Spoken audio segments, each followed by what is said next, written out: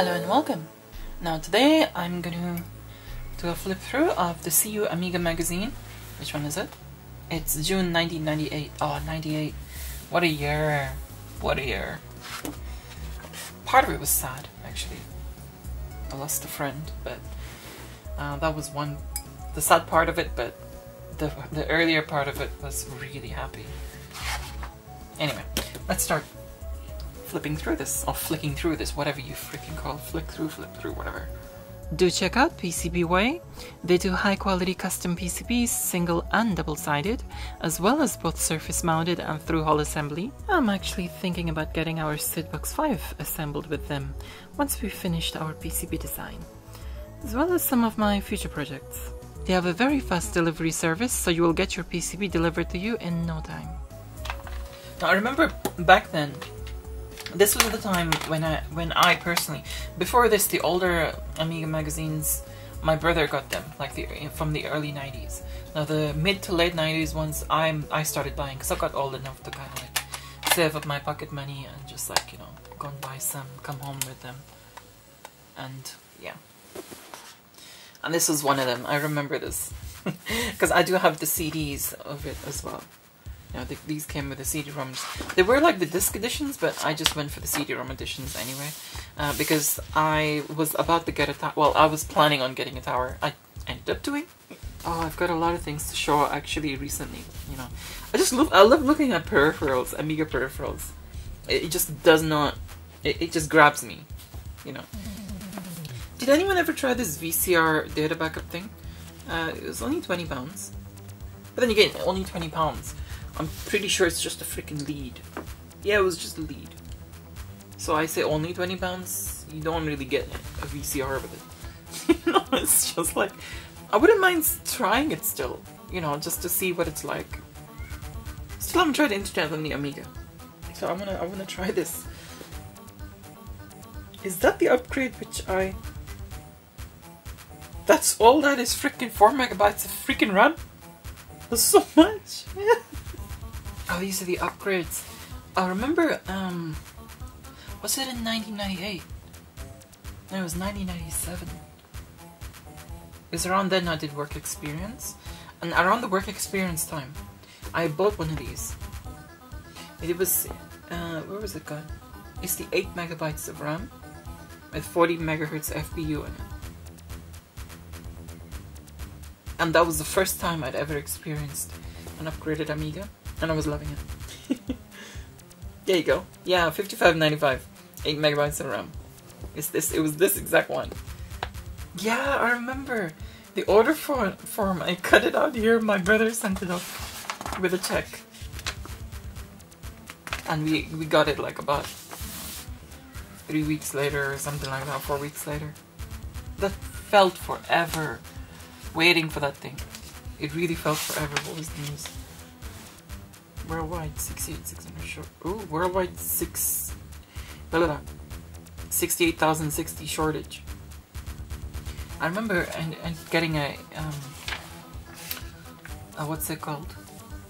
Blizzard PPC 68041. I remember this reality game creator. I saw it on a disc magazine, and I was reading about it, and it just sounded so good. But I've still never tried, and I thought, you know, this is like earlier on, and I remember thinking to myself, okay, I'm gonna try this, but I haven't tried it yet, so I might actually give this a go. This reality game creator. Have any of you tried it? And it's even full program. So I've got the CD. It's over there. I'm gonna give this a go. Cause I'm curious. Cause I've used a shoot 'em up construction kit to make a game. But then, you know, it was really basic and bad. So I got, ooh, Picasso. But I was flying. Once I got that thing, I was flying. And I even got a B-Vision graphics card. This is a reality game engine. It looks good, you know. I want to try it. Reality is designed to be very usable on a stock Amiga 1200 system. A hard drive is not necessary, although it's highly recommended for speed and storage purposes. Some reality support modules may experience trouble with 060 Amigas. Okay. although the main reality editors are generally friendly to various system configurations. Reality's modules do not multitask with each other, and most do not multitask with the rest of your system. Either you can exit reality. Okay. Virtually all of the input, aside from text messages, you provide to reality is with the mouse. Reality's GUI should be fairly, yes, I say GUI. I don't say GUI. Reality's GUI should be fairly comfortable for anyone with good Amiga experience, but some conventions may take some getting used to. The modules, graphics toolkit. Okay, this is the bread and butter of Reality. This seems very intriguing. I mean, the stuff which it looks like it can do. So Charlie Chimp.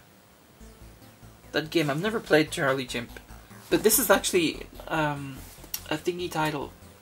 A release on the Amiga. Charlie Chimp. I mean, it's like recent one I've seen is Backbone. You can still get that on Amiga. My beautiful high-tech tower. High-tech easy tower. I remember the night when I ordered this and it was about to arrive, and I could not sleep that night. I literally was so excited because I know it was gonna come next day. So I couldn't wait. I was just like, no, I want. And the thing is, what bugged me more was I had to go into college that day, because I mean normally I didn't, but then I was called to go into college. It was just like a surprise. My tutor actually said, well, are you sitting down? I was like, yeah, why? He goes, well, you got a test in 2 hours. I was like, what the freak, why? So what you mean 2 hours? And he was laughing. And I was like, you're joking. Because no, you've got a test. No one knew about it. So we have to come. And I was like, oh, come on. So yeah. Test that dude. I did well in it. It was fine. I knew my stuff. But yeah, it was like electronics. So I did fine on it. But that was not so much. But on the way back, oh my goodness, on the way back, I saw this huge parcel there, waiting there for me. And it was that, and I just took it upstairs and I just started with it. Started building the tower.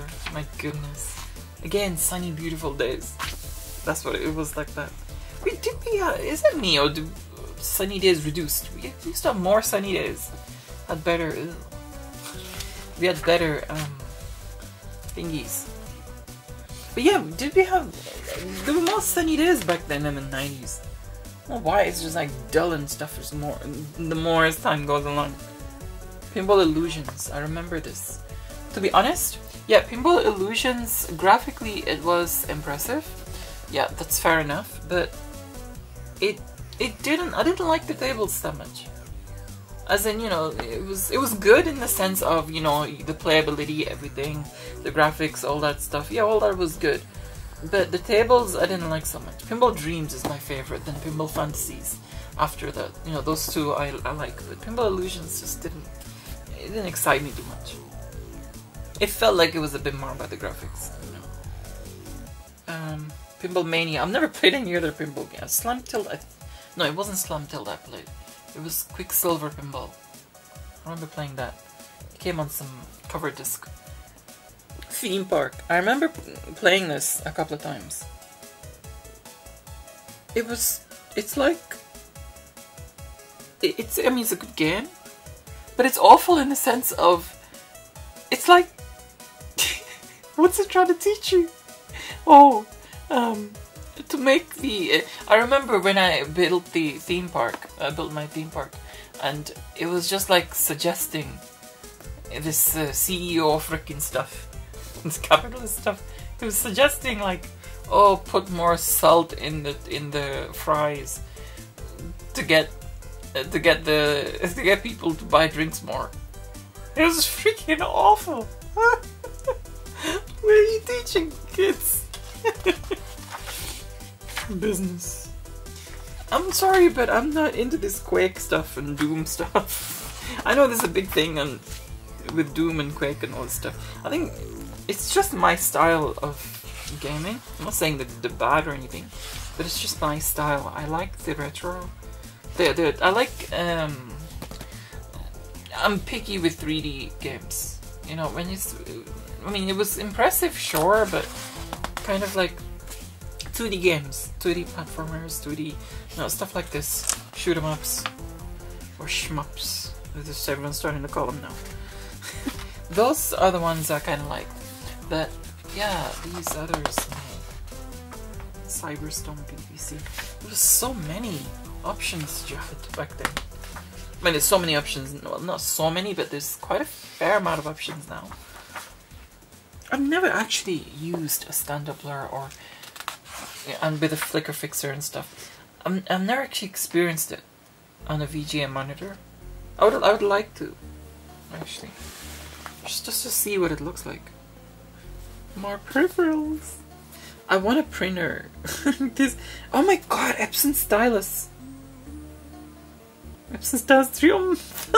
I haven't seen that for like freaking 2 decades.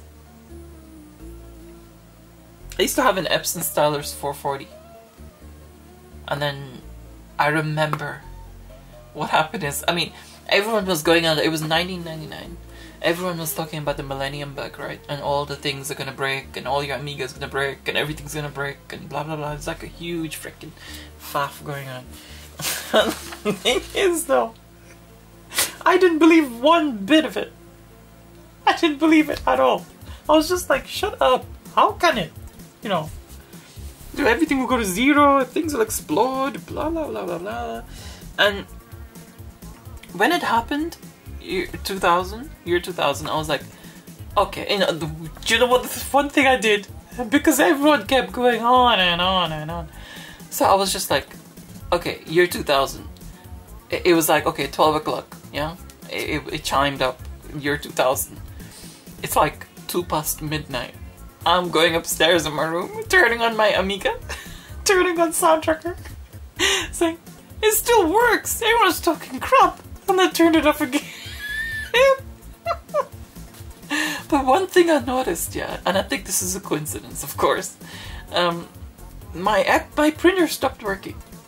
It's just, you know, when it prints, the piezo on it just went, so it print. And even the ink was full, everything, it print, but you know, nothing came out, and nothing was printed on the paper. And that happened not only to my Epson 440, but my brother's friend had an Epson 440. Exactly the same time, the same thing happened. Exactly the same problem happened. And I was like, oh my goodness, it cannot be. And we still don't believe it's because of year 2000. But it's like, you know, freaking talk about double coincidence. More peripherals. I could just look at these for like ages, for hours now. I have some of these CD packages now. Some of these, this weird science CDs, and these epic marketing CDs.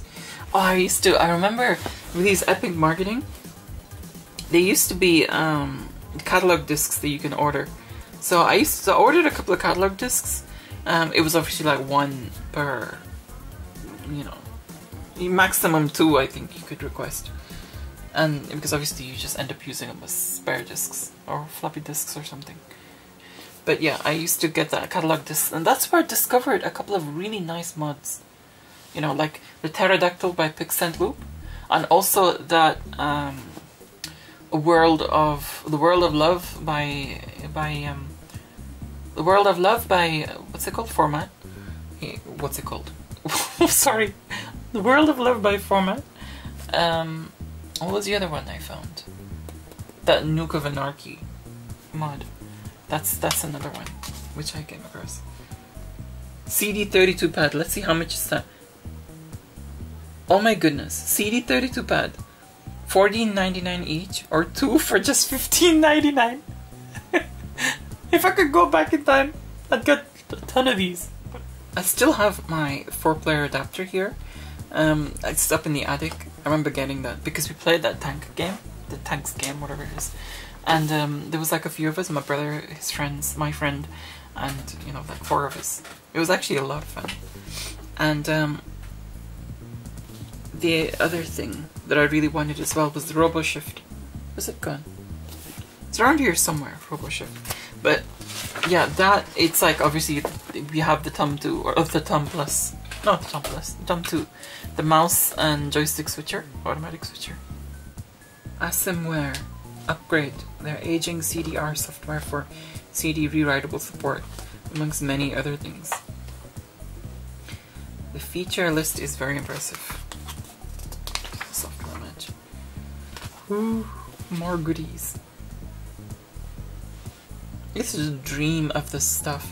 I remember going into like WH Smith and just be there for standing there for ages. Obviously I'd buy the magazine again because I just wanted to take it home. So it was, sometimes it was a bit pricey though. You know, it'd take my pocket money away. But I used to enjoy it. Oh, I remember Cloanto Personal Paint. I remember using this. I mean, it's kind of similar to Deluxe Paint, though, you know, obviously you can load in JPEGs and, you know, the more modern file formats for this. But, yeah, it's sort of... I remember there being other things like the Power Towers and stuff like this, but the iTech Easy Tower was perfect for me, because what I did was, actually at one point, I did put my Amiga and PC in one single tower. And it was the iTech Easy Tower. It was catered for that. That's why I wanted that. And it was really good. I really enjoyed, you know, having both of them in one case. But eventually I got another iTech Easy Tower. And, you know, this one, this is the later one I got from eBay. And was it eBay or Yahoo Auctions? They used to be Yahoo Auctions. eBay bought them out. I got a lot of Amiga stuff from Yahoo Auctions. I do wish I got more into programming, but then again, if I think about it now, looking back, had I got into programming, I'd have been less into the music, because you can only like do so much, you know. Because I was like living, breathing soundtracker back then. I don't think I would have been living, breathing programming. So I think it just naturally went to my direction where I wanted to go. About this this magazine and everything and how things happen. It's like the cover discs had this tune of the month or pick of the month and stuff like this, image of the month I should say, picture of the month, and it's so nice. It kind of gave, even though I was mostly isolated, I was just like by myself with like one friend or two just into it, but mostly by myself. It made you feel good, like, you know, to have. I should have submitted some stuff of my own. I'm kind of like sad that I didn't. Yeah, but I used to. Oh, I remember this guy. There was these ads, which were, you know, people asking for something. These wanteds and stuff. Wanted Super Frog game, or well, I say wanted Super Frog game, but wanted whatever other game, you know, I was just doing an example. There was this guy who was wanting a copy of Workbench, and he was disabled and couldn't get around much. So I sent him one. You know, I sent him a copy of Workbench. I just thought, okay, why not? It's not a big deal for me, I'll just send him. And he replied back with a disk, a text engine. He sent me one back. He thanked me so much. He said that he's had so many people from around the world send him Workbench discs. So I'm like, well, you got a lot of blank discs now that you can use. But yeah, he sent me text engine, and it seems good. I used it for back then. I used it for making the game discs. You know, the game compilation discs. I remember making those with them. And there we go. That's the end of this one. So, hope you enjoyed that. Thanks so much for the likes, the shares. Do leave your thoughts in the comments below.